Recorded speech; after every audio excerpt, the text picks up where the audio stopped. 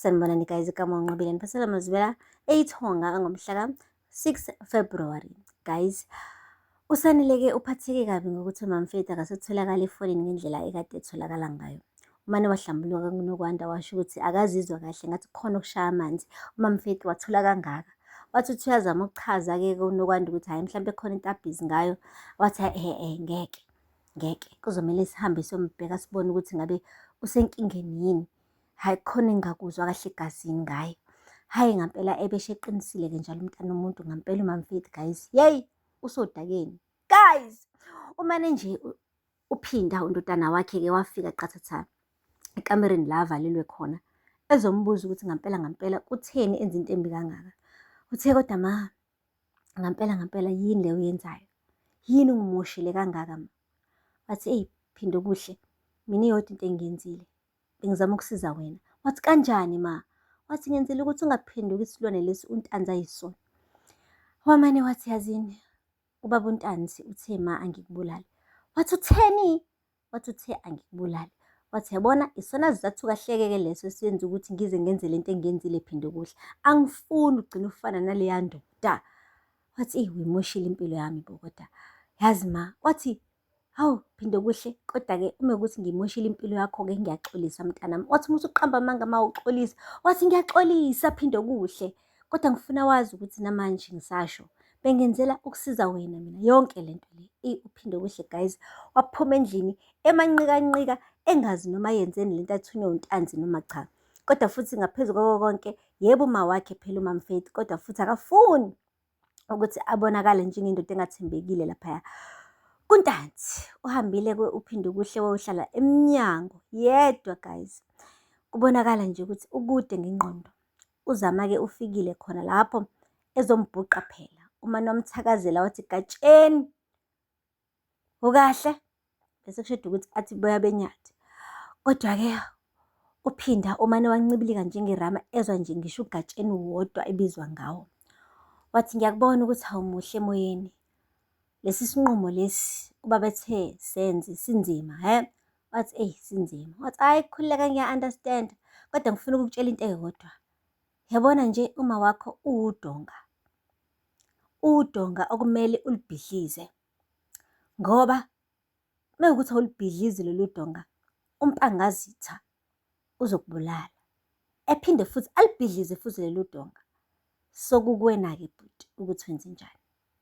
Waqeda uzama, washaya ishwapha sakhe, wahamba. Shiya uPhinda guys esenazo zonke iy'mpendulo ay'dingayo engqondweni yakhe ukuthi enze njani makunje. Guys, pheli-ke lapho. Le ejele kumane kwaqhamuka nje unogada esithubeni. Waya kuyena uSanele washo ukuthi lalela ndoda, kuzomele uphume ngephaseji manje. Kunendoda ozoyifica lapho, uyilandele. Nazi iy'mpahla okuzomele uyigqoke. Ngilandele njengamanje. Hayi waqhaqhazela guys uSanele. Ngoba phela yena besayitshela ukuthi usazobhadla lapha ejele.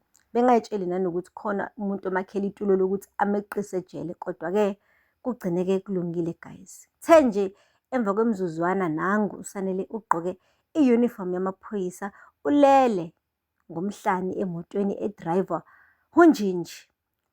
Uthe sengaphandle-ke washo uNjinji ukuthi kumele ngibuyele ekhaya-ke mina. Ngilahle umkhondo ukuze amaphoyisa mekubheka efice mina ngisekhaya. Guys, bamshaya-ke nge-alibi. Uthe suka lapho wathi wena hlala la emotweni unganyakazi ngize ngisho ukuthi ngiyabuya. Wabuza-ke ngoMamFethu washo ukuthi uMamFethu hayi ungakhathazeki ngaye, sizowazi ukuthi kwenzakalani. Beke amadoda amqaphile azowazi ukuthi kwenzakalani. Futhi-ke into engiyaziyo manje ukuthi kulapha egumbini lomuzi wakaNtanzi bamkhiyele khona. Kodwa wena ehlisa umoya, unganyakazi ngize ngibuye. Nangampela wenze njalo kuSanele. Le koNtanzi guys, nangu uPhinda ungena ngesamagundwane la kuvalelwe khona unina. Useyasho ukuthi ma kuzomele uqoqe yonke into onayo la endlini ebalulekile siyahamba. Wathi hayibo Phinde kuhle siyaphi? Wathi nami angazi, kodwa kumele sihambe la. Wathi hayi ngeke Phinde kuhle ngeke ngikwazi ukuthi ngihambe mina nawe singazi nanokuthi siyaphi. Wathi ma, uma ukuthi asihambi la umpangazithi uzokubulala abulale nami, asambe. Wathi lalela lama, bazohamba-ke manje uNtanzi benozama bephumele ekhaya. Ilona thuba lethu leli lokuthi seqe la, kumele sihambe. Nangampela-ke guys, uMamFethu wabona ukuthi ngoba vele phakathi kokufa nokuphila, kungcono khona manje aqoqe zonke iy'mpahla zakhe, alandele indodana yakhe-ke, beqe laphaya emagcekeni akoNtanzi. Hhayi-ke bahambile-ke guys, bahamba impela ibangane elide impela obhuqwini. Ubhuqu lolu akukho ngisho naneyodwa umuzi obonakala engathi mhlampe mekuthiwa bomele amanzi bangangena khona bengqongqoze becele ukuphuza amanzi. Hhayi, uMamFethu umane nje wathi mina phinda sengikhathele. Wathi uphinda yibo mahasambe, wathi ngikhathele phinda. Awungitsheli nanokuthi siyaphi, ulokhu ubhizi wangiqhuba, hhayi mina ngikhathele. Wathi ngaba sikho la ukuba vaze uyenze lento oyenzile ma. Angithi? Wathi phinde kuhle, kumele ngize ngisho kangaka ukuthi yonke lento ngiyenzela wena. Wathi asambe ma. Wathi hhayi angisayindawo mina phinda. Wathi uphinde kuhle lalela-ke, noma ngokuthi awuhambi kulungile vele nale ndawo mekuyona i-right. Hhayi waqala-ke manje wavusa amehlo kuMamFethu ukuthi uthini methi nale ndawo amekuyona i-right iwugwadule kangaka ingenawo ngisho umuzi guys oseduzane. Wathi uthini mina? Waqeda wakhipha isibhamu uphinda guys. Yeyi abantwana guys, yeyi umzali umntwana enze nje. Uthe suka lapho wathi mina ma ngisebenze kabi empilweni yami, ngeke ngikwazi ukuthi ngivumele wena ukuthi ngiphoce yonke into engiyisebenzele kanzima. Wathi hayibo phinda, kanti ungihambisa ibanga elide kangaka, uzongibulala? Wathi yebo ma. Wathi phinda kuhle akumelanga uyenze lento oyenzayo. Uyazi phela wena singahamba nawe siye endaweni la singathola khona impilo entsha, uhambe ube yinoma yini ofuna ukuba iyona. Wathi yini engaba yona ma? Ngino-matric qwi, angiyanga university, angina diploma, angina degree. La ungisa khona kusho ukuthi ufuna ngilambe mina, ngizace mina. Mina uMpangazi Thama ngilala ema-mansion ngenxa yakhe, ngidrayive iy'moto zanokusho mina. Ufuna ngiqale phansi mina ngiyohlupheka? Hhayi ngeke ngikwazi ma, ngeke ngivume. Hayi bo guys. Wathi uMamFethu ngampela phinda, shuthi kahle kahle mina sengi-late, bengithi ngizokuhlenga kodwa impela ngisindwe izinyawo. Ngampela usiyisona lesi silwane kade ngithi ungabi sona. Wathi ma ngeke ngikwazi ukubuyela enhluphekweni mina. Wathi phinda, usungaze ubulala uma wakho impela ngenxa kaNtanzi? Hhayi umane wathi yeyi asiqhumise isibhamu. Phinda wathi guqa. Guys, wathi maguqa. Imagine uMamFethu wamane nje wathi nakamhlolayo angiguqi wakuguqa-ke futhi.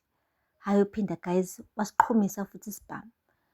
Akubange kusavela-ke ukuthi-ke sihlale enyameni yini lesi sesibili noma hhayi nangampela usamthusa namanje uthi akaguqi. Shuthi kahle kahle uphinda guys umthathele uma wakhe koNtanzi wamisa eqeleni ngoba efuna nje ukumbulala kahle kungaboni muntu aqeda amgqibele lapho. Imagine ngenxa nje yemali. Ingane umhobholo ethanda impilo esheshayo, impilo engayisebenzelanga ngisho nanokuyijulukela, impilo egcwele igazi, just nje ukuthi nje aphile leyo mpilo sengaze abulale unina guys okade ewevuka naye. Kodwa ngoMamFethu ngiyathemba ukuthi ugejile lo mfana udubule eceleni, ngoba medubule ngampela uMamFethu wambulala ngenxa kaNtanzi. Wow, yazi uphinda kube kahle kahle uyisiphoqi sokugcina.